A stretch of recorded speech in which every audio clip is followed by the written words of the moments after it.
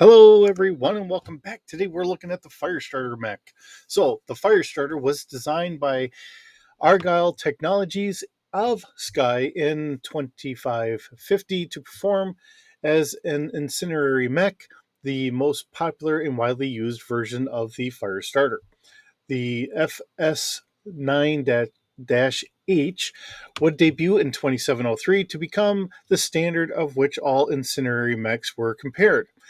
The Firestarter was produced almost exclusively from its introduction up to the beginning of the Ameris Civil War in early 2776, with nearly 3,000 Firestarters in total seeing active duty.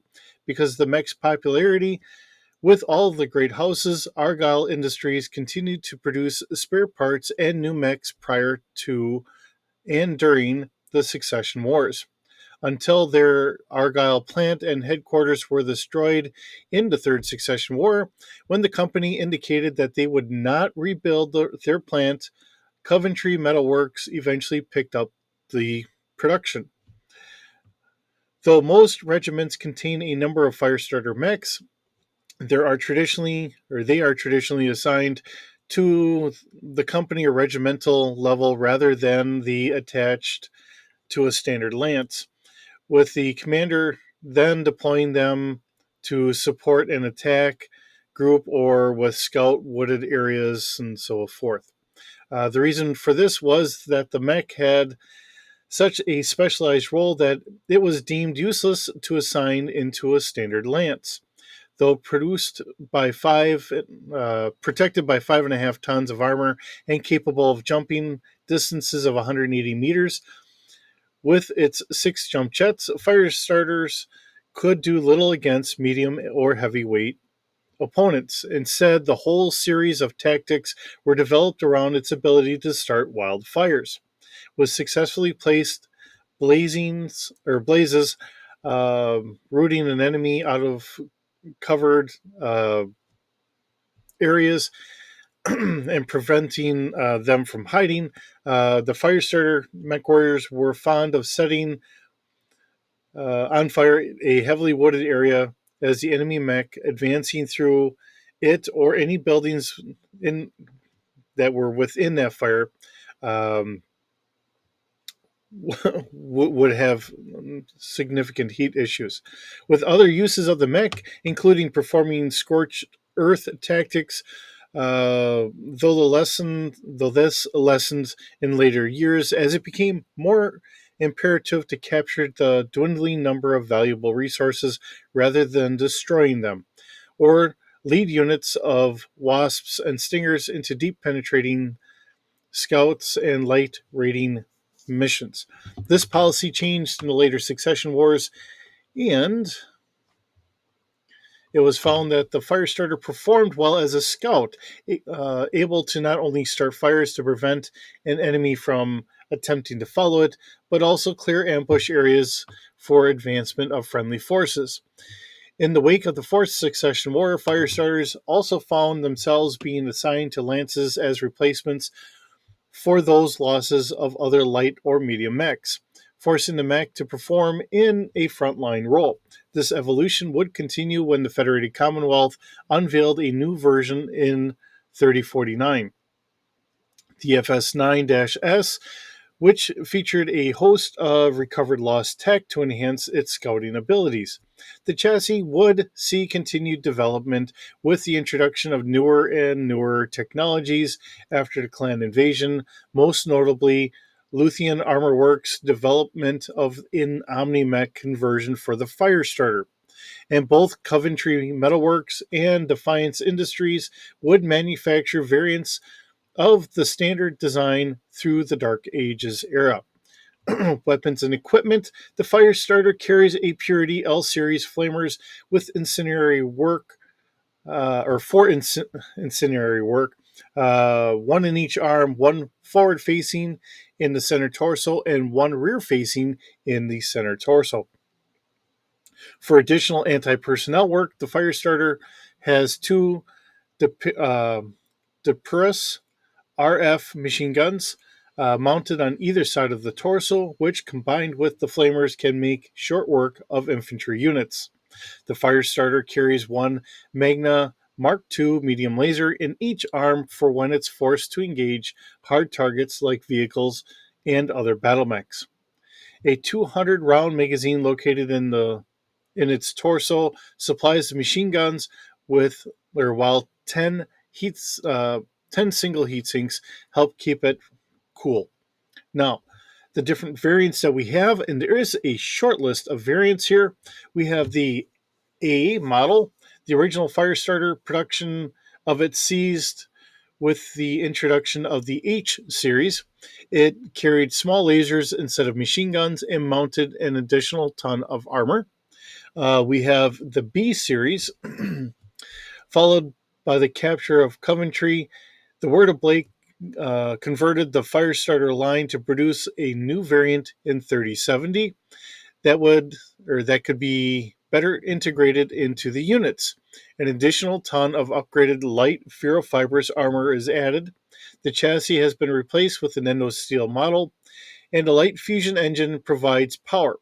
Three flamers are devastating to conventional units, while the ER medium laser provides firepower against hardened targets. The C3I computer allows it to share targeting data from other units.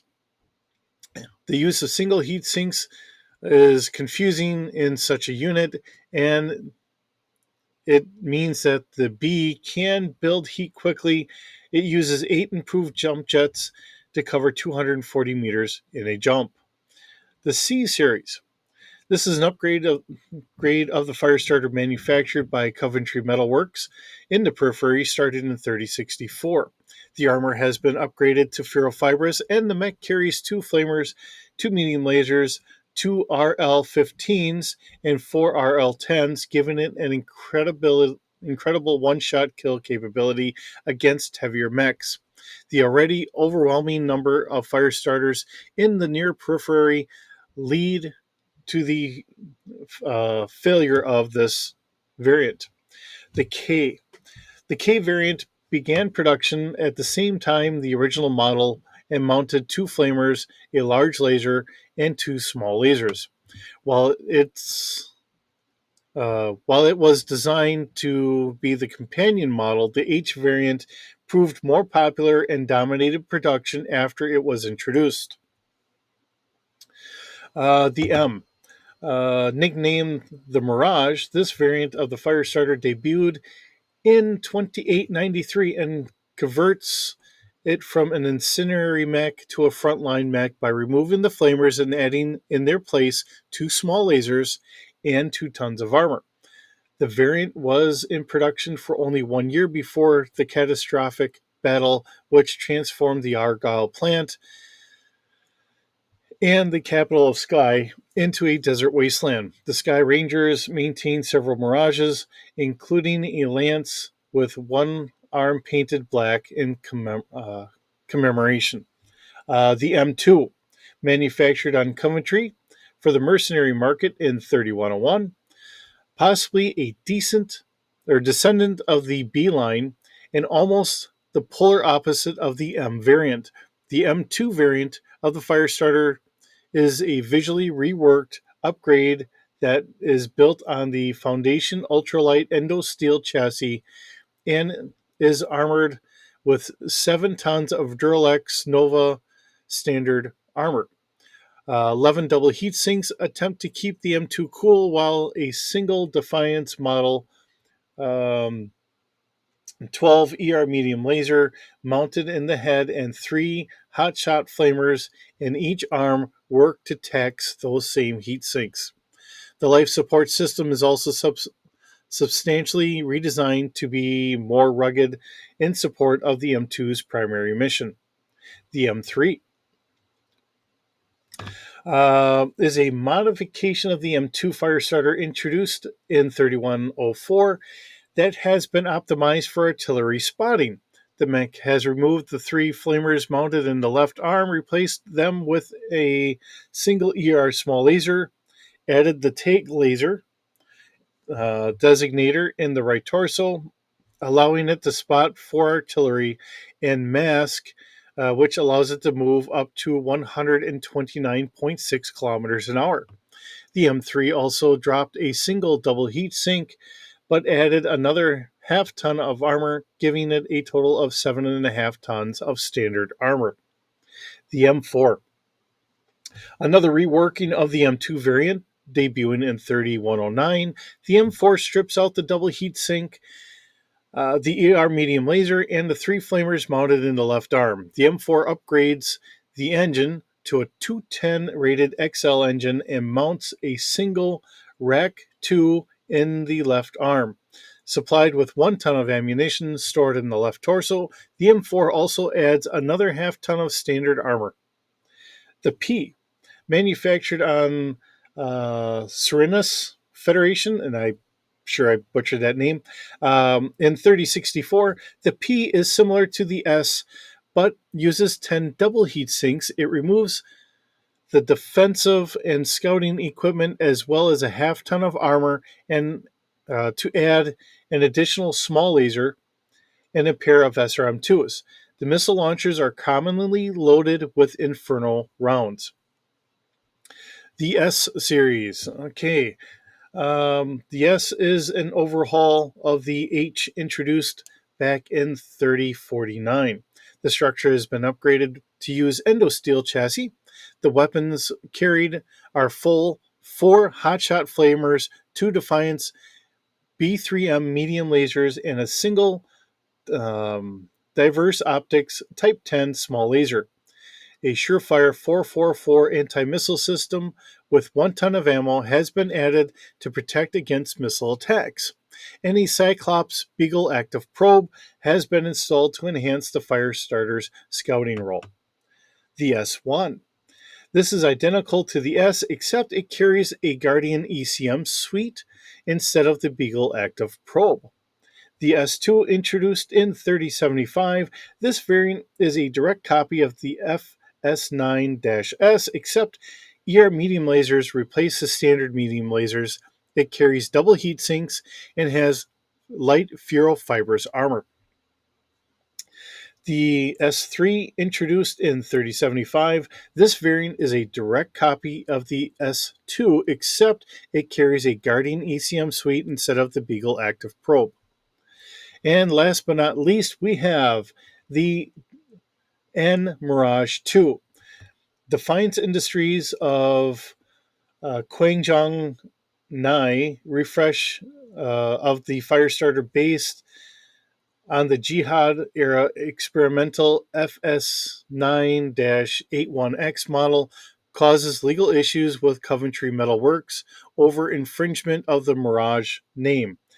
It sees it as its own intellectual property, turning to clan technology to overcome the issues that sunk the FS9-81X project. The Mirage 2 features classic styling over CWM's Dark Age era visual rework of the model, built around the DI manufactured clan grade XL engine and the IS grade endosteel chassis and reflective armor. The Mirage 2's centerpiece is the Clan Seafox supplied plasma cannon, with 1 ton of ammo supplemented by 2 in-house Clan spec ER medium lasers in the arms of 2 similarly Clan upgraded versions of the ER small lasers in the torso. Each arm still features a regular flamer, while another one covers the rear arc in the center torso. There's a custom, which we kind of got to see here a little bit, the 81X. This is an experimental prototype of the Firestarter that was created by Defiance Industries of Kwangjiang Nai. I'm sure I'm butchering that one up. By ex-Starcore Industries designer James Feldner. Only 3 of these prototypes were built in 3074 and suffered from developmental problems with their components. Using the H series as its base, the mech is fitted with an XXL engine, a plasma rifle with 10 rounds, as its main weapon and a pair of medium X pulse lasers, both mounted in the right arm. The mech retains the original base model's flamers and jump capabilities. All right, so getting past some of the other things here from different variants. Design quirks, ubiquitous exposed weapon linkage for the left and right arm flamers. The Firestarter has the following additional design quirks: improved life support. Now, related Omnimex, the Firestarter, this Omnimex version is a vulnerable Firestarter debut around 3058. Um, let's see, we have some wonderful pictures here, and this is from our 3025, originally done by Dwayne Lewis. Then we have from 3050, and this is from Joe Biskey. Not sure if the E is silent or not. Let's see, we have the Firestarter Battle Pack, 4th Succession War, by Matt Plog. Let's see, this one comes to us from 3050U Firestarter from Brent Evans. I think this is the one that they have for the heading here on Sarna.net. This is the Firestarter R Gil Clan version 28 by Alan Brickwell, the reimagined version of it all. Let's see, now we have one from, this is the 81X from, well, it's a missing artist. So whoever had done this one had done fairly good work. And let's see, we also have this one here, if we can get her up, from the 3145 from Chris Lewis. Kind of nice look to it, but yes, we definitely get to see the hoses there. Not something we really want to have leaking all over. And then from Chris Muller for the CCG game version of the game, Unlimited Firestarter. It's one of those things, I know I have some of those cards, but we haven't looked at those in so many years. It's kind of getting a little forgetful that they even exist. Another one from Chris Muller here from the Unlimited card game. Getting down towards the end. Now, this one looks a little bit more basic, but this is from another missing artist on this one. This is a very basic robotic look to it all, but yeah, we get what we get. All right, this is the FS9E Ember from MechWarrior 5 Mercenaries. Fanimus had done the screenshot of it. And I think we have another one from Fanimus doing the FS9-FS Firestorm. And last but not least, we have one of the miniatures. Let's see, and this is, the artist is Dude RB for the photo, and it doesn't say who who had sculpted that one for mass production. So, all right. With that being said, let's get into our D6 stats and go from there as we kind of look things over here a little bit. And I'm sure I have all this in here because I did the stats on this a couple weeks ago. Just trying to make sure I didn't do this. But this comes at a cost at 3,046,950 C-Bells for the H variant. So, all right. All right, looking at the Firestarter, this is as usual at Walker scale. We do have a crew of 1. It's 35 tons, no passengers, keeping the cargo capacity here at 25 kilograms. Again, I have the price in here at 3,046,950 C-Bells. So if you have that laying around, you can get yourself a Firestarter.